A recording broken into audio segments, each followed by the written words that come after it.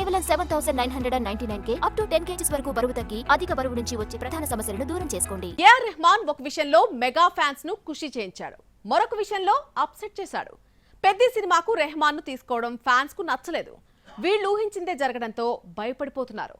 ఎలాగో చూద్దాం పదండి. తగ్ లైఫ్ డిజాస్టర్ అయినా ఫస్ట్ సింగిల్ తో రెహమాన్ మార్కులు కొట్టేశాడు.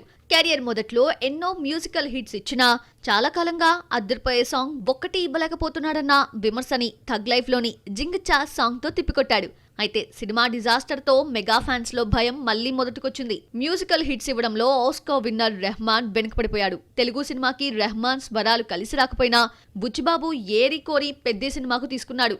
సూపర్ పోలీస్ మూవీతో తెలుగులోకి ఎంట్రీ ఇచ్చిన రెహమాన్ నాని, పులి, సాహసం, శ్వాసగా సాగిపో వంటి సినిమాలకు మ్యూజిక్ ఇవ్వగా అన్ని ఫ్లాప్ అయ్యాయి. దీంతో రెహమాన్ పెద్దికి ఎలాంటి మ్యూజిక్ ఇస్తాడా అన్న భయం మెగా ఫ్యాన్స్ లో ఎక్కువగా ఉంది.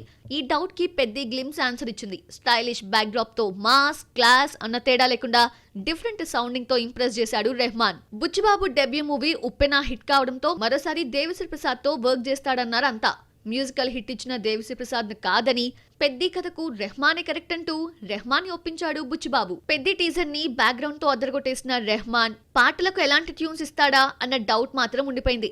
తగ్ లైఫ్ ని బోర్ కొట్టించిన రెహమాన్ పెద్దిని మ్యూజికల్ హిట్ చేసి పెద్దరికం కాపాడుకుంటాడో లేదో చూడాలి.